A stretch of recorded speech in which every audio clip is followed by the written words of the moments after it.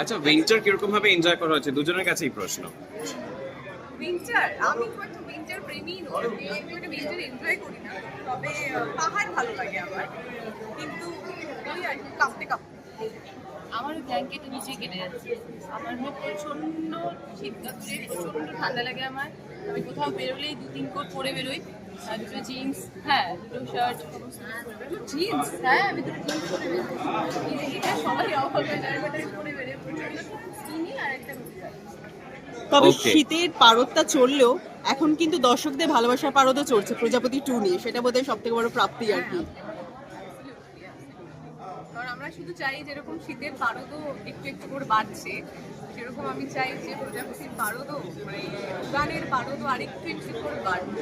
যদি শীতের পারদ কমেও যায়, এটার পারদ না কমে। ডাক হবে। যেভাবে ভালোবাসা দিচ্ছে, এটাই আমাদের কাছে বড় পাওয়া। আর এর থেকে আর কিছু চাই না।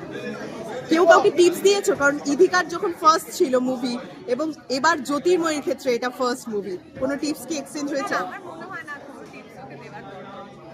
Very nice, fantastic. আমরা আমাদের যারা দেখিয়েছি তারা দেখেছি যে ও ভালো কাজ করেছে। তা আমার মনে হয় না ওর কোনো টিপসের দরকার। বাট ওনার খুব মিষ্টি একজন মেয়ে। খুব মিষ্টি। আমি যার সঙ্গে দেখা হয়েছে না কেন, যখন জিজ্ঞাসা করেছে ওকে নিয়ে অনেক কিছু অনেক কথা হয়, ও বাচ্চা মিষ্টি মেয়ে। Thank you.